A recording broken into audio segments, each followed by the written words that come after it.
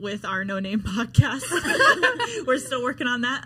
But I wanted to talk about bringing on new apprentices today, and just like the vibes in the studio, we have an interesting one here. Yeah. So this is Jessica. So you guys are already familiar with Tanya and Brisa. They've been with me now, I don't know, like 3 years or something. And now we have a new one, Jessica. Mm-hmm. No, she's not that new anymore. She's been here since May 1st, right? Yeah. That's when we started. Yeah. But she's not even from Las Vegas. She's from, where are you from again? Down the bayou. I'm from Louisiana. Louisiana. Like an hour south of New Orleans. They got gators? Oh, yeah. In your backyard. Is it hot? It's super hot, humid, rains all the time, mosquitoes all the time. But Yeah. I love the culture. It's so awesome. They have permanent makeup in those areas? No, I have to drive an hour and a half. No, they started, when they first came out, when I first started doing it, I'd have to, like, drive all the way, like, an hour and a half to get someone good. But now I've heard that they have several people now. Okay. But I like my girl, so I kept going to her. So, I don't know, like Tanya and Brisa, they were the first apprentices, right? So what were you guys like thinking when I was like, oh, we're going to change up the apprenticeship and now we're going to start offering 6 months? How did that make you feel? I don't like change. I don't like if anything changes, I'm like, what the heck? And then I didn't even know we were going to do it. And then all of a sudden Amber's like, we have an apprentice. I'm like, what the hell? Like, no one even ran this by me. Like, I don't even, like, what the heck? But yeah. She's all right. Jessica's cool. Yeah. I like her. They'll keep me. It's funny that you say, I'm like, I think it's funny that she says she doesn't like changes because, like, does she know what she was signing up Right? I know. Well, I mean, I don't know. I feel like I'm just, like, so whatever, but also I'm like, yeah, because I don't want the vibes to change. Mm-hmm. Yeah. And it's, like, a good vibe and stuff. It's and, like, the you never unknown. just really know who's going to come Yeah. in and, like, mess things up or, like, just kind of not fit. Yeah. Because I think we have, like, a good radar of people. But there's been some times where there's been some doozies, and we're like, that's freaking weird. We're like, oh gosh, thank God that was only 2 days with that person Oh, rather yeah. than 6 months. We're like, oh Yeah. boy. So yeah, Jessica, so what made you want to, well, I don't know, tell us a little bit about your journey. What made you want to get into permanent makeup? Did you even think it through? Were you just like, that sounds fun? I know, right? Okay, so I always had it done, my eyebrows. And then I always had an interest in tattoos. Am I supposed to be talking to you? You can talk to whoever you want. I'm sorry, y'all. I'm from Louisiana, so we don't have all of this. No, I'm just going to blame it on that. Well, no, like, I've always wanted to tattoo. I like art and all that kind of stuff. And then finally, I decided to take an online course for body art, and I was loving it. I'm actually still doing it. And then when me and my husband decided to move, I went and got a touch-up for my eyebrows one last time before I would have to leave, and I asked if she knew anybody in the Vegas area because I trusted her. And it's a small world. She tells me about Amber, and she was actually took a class from her during her whatever. How like cool her, is that? Yeah, I know. What a small world. So, like, I'm just like, oh, good. Then I have somebody I could go to, you know? And so I'm, like, looking her up once I moved here. And then I see on the news feed that there's apprenticeships, which is even better for me because I was actually going to look for a body art apprenticeship.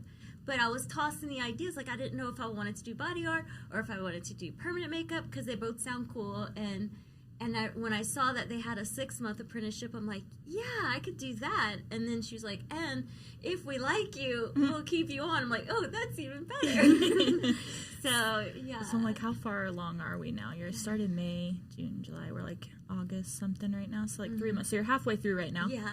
How are you feeling? Is it living up, like, to your stand? Be freaking honest. Like, Okay. Like, how do you feel? All right, listen, y'all. It is like, let me compare my first few days or maybe even weeks, because it was a little while before I had my first client. I'm like, this is awesome. It's so cool. I love that. I can't believe this is a job. Like, I get to be with everybody, hang out. Like, this is fun. Like, And no then? stress. It's just like, yeah. Then I get my client, and it took me 6 hours. Okay. 6 hours. I sat through the whole thing. 6 hours to draw this. Oh, okay. It didn't take you 6 hours to draw the eyebrow. It took you 6 hours for the whole procedure. The whole procedure. But you intervened a lot, so it probably would have took me 10 hours. And I just realized the more the more you get to know, there's so much involved in permanent makeup, which is awesome. Like you really have to know your stuff, like with the color theory, how people absorb certain different skin types, how this all plays into effect.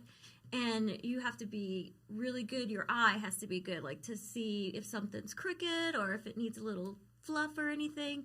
So you have to be very talented to do it. It's a lot more than I thought it would be. And I love it, but I'm scared to death of it, to be honest, because it's very stressful. Because this is someone's face, and you don't want to mess it up, you know?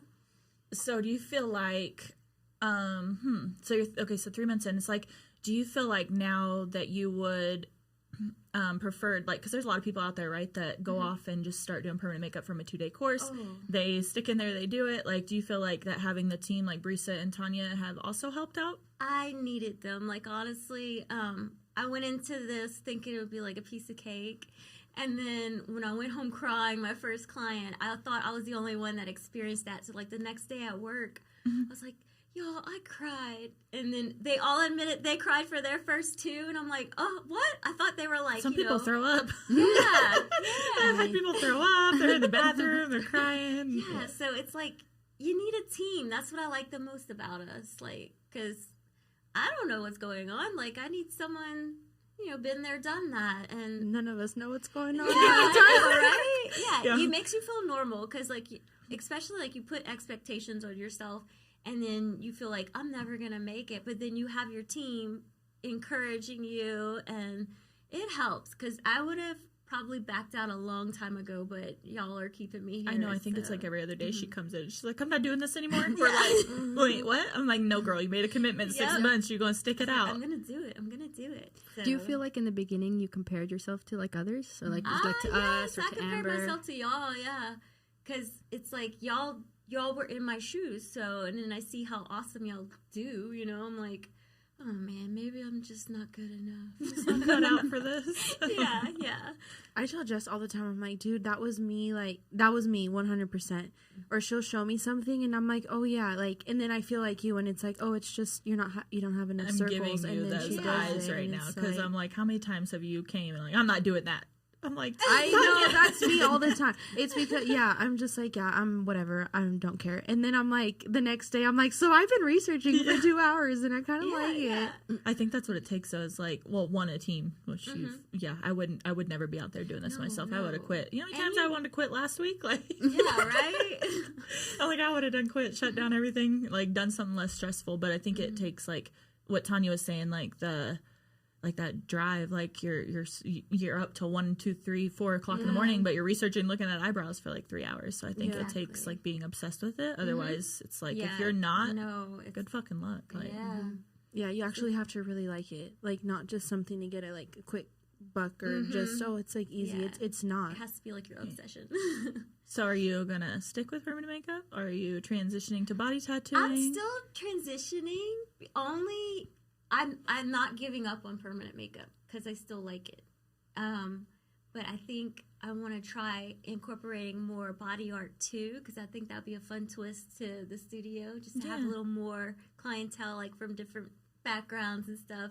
I don't know, it just seems like a lot of fun because I like to do a lot of color and all that kind of stuff. And with permanent makeup, I'm limited to lips.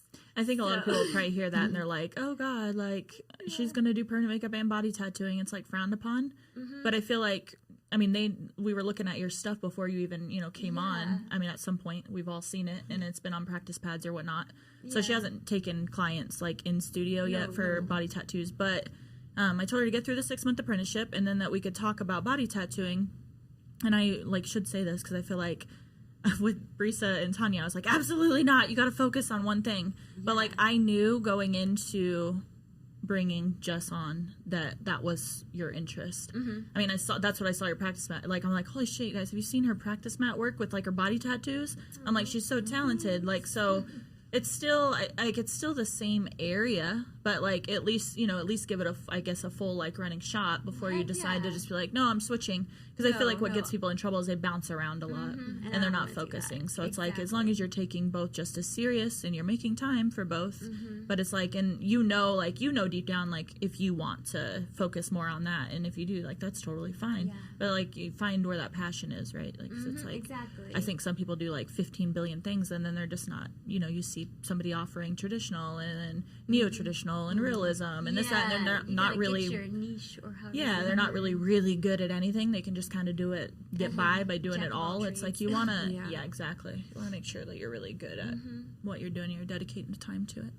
I think I didn't understand that till later too, and I'm like, oh, they do all these things, but then I'm like, but it's like, okay, you do all of these things, like okay, when it's, I feel like at least if you're putting out like more quality work, you really just kind of focus on certain things. That's what you're really good at. Yeah. You know what I've had a hard time, like, when I don't even know a hard time, I hear from like my past stuff. I hate some things, pop up from my past, and it's like, oh, don't do that, that's too old school, or that's not like new enough, like, or the like it's like seeing that, it's like you do still have to kind of push yourself and adapt to learn. So like when you're back there fluffing your doing the fluffs, I'm like, oh, I remember being at that point.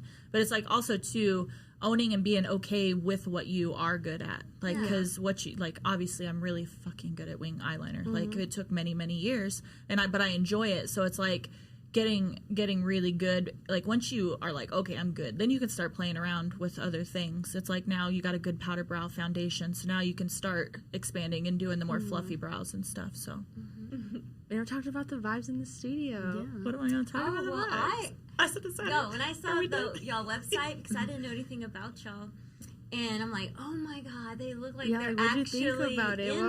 I thought it looked like a tattoo parlor. And I could see the style and all that. I was so excited. I'm like, this is where I want to be, because it's not like a spa or like. And nothing against those, but I love spas and stuff. But it's a vibe. It's a vibe. You come in and then in the lobby there's a lady with it, and this is no joke, that I literally put that picture. Donnie, now you got me paranoid about my one pinky finger. I ripped my nails off, and I only got one fingernail. I swear, those are just things that I don't know. Am I crazy? I don't know. Anyway, so talk about the naked lady in the lobby. So I purposely put that piece of art in the lobby that I found at First Friday. But I've purposely put that piece of art in the lobby because, it's like a vintage piece. So she's kind of covering herself, like covering her boob or whatever. But I'm like, if somebody's offended by that, like, I don't really know if we want them in the studio. So it's like there is a certain vibe. Which but I loved it. Like, walked in through that door and I felt at home. I'm like, yeah, this is awesome. And now we started working on the smell. The smell's important, Tanya. Tanya's like, you're going to talk about smell on the podcast? I'm like, yes. I'm trying to find us a scent. Maybe it's because I just don't smell anything. You guys are like, oh, do you smell that? And I'm like, I don't know. And then Sasha's like, it's a different diffuser from yesterday. Like, it's wood scent, whatever. I'm like, I don't know what the smell was yesterday. Like, I don't know. I literally walk in. I'm like, what? Oh, it's too strong. It's too strong. What is that smell? I'm getting a headache. It was like 3 days before I even noticed we had the thing next to the coffee. I was like, what smells? Everyone comments on our bathroom smell though. Everyone likes our bathroom and smell. There's no scent in that bathroom. It's like magic. I don't know what's going on in that bathroom. Victor literally Victor all the time is like, what is going on with this bathroom smell? We need it at the house. I'm like, there's literally nothing in there. Oh my god. And then the one place we had the smell, you don't smell it. I'm like, oh gosh. Speaking of the bathroom, I wasn't here. What? I wasn't here the day you posted something on the story and you found something. Oh my god, something in the bathroom. That. I wasn't there. Okay, that's not even cool because Sasha's here, but she's over there in the background. She can't see her. We kicked her out for this one. We kicked her out for this one. But no, she was the one that found that.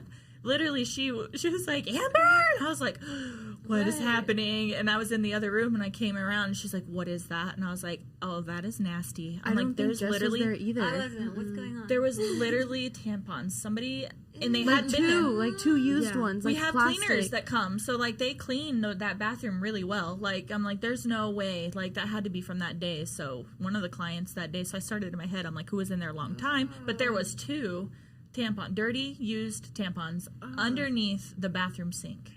and I hear, I said, sink in the cabinet. no, under. You know how like the cabinet, right? And then Yeah. there's like a little like cubby hole or And something. did you watch the story? No. My first thought was like there was a dude in there and he was not trying to not get caught up, so he's hiding these tampons and he's like, where am I gonna dump them? Miss Amber Red's bathroom. It's never gonna get caught. I'm like, I think there was a boy there. there was that a day. couple dudes that week, but what throws me off is Why that would they have that? we take that trash out every single day. And I know I took that trash out the day prior and I did not see that. So I'm like, at what point? All I know is Sasha needs a pay raise because she didn't even fucking sorry. She didn't even, I'm like, just apologizing. She didn't even flinch. She literally was down on her hands and knees. Already had gloves on before I could even like speak and was down there pulling them out. And I was like, all right, get it, girl. Like, you got this. Like, you know, from the back. Like, I was like, there's no way. I would have had to second and pause. Like, I don't know if I could have. Nope. So if you come to the studio, don't mess with the vibe and put your tampons in the bathroom.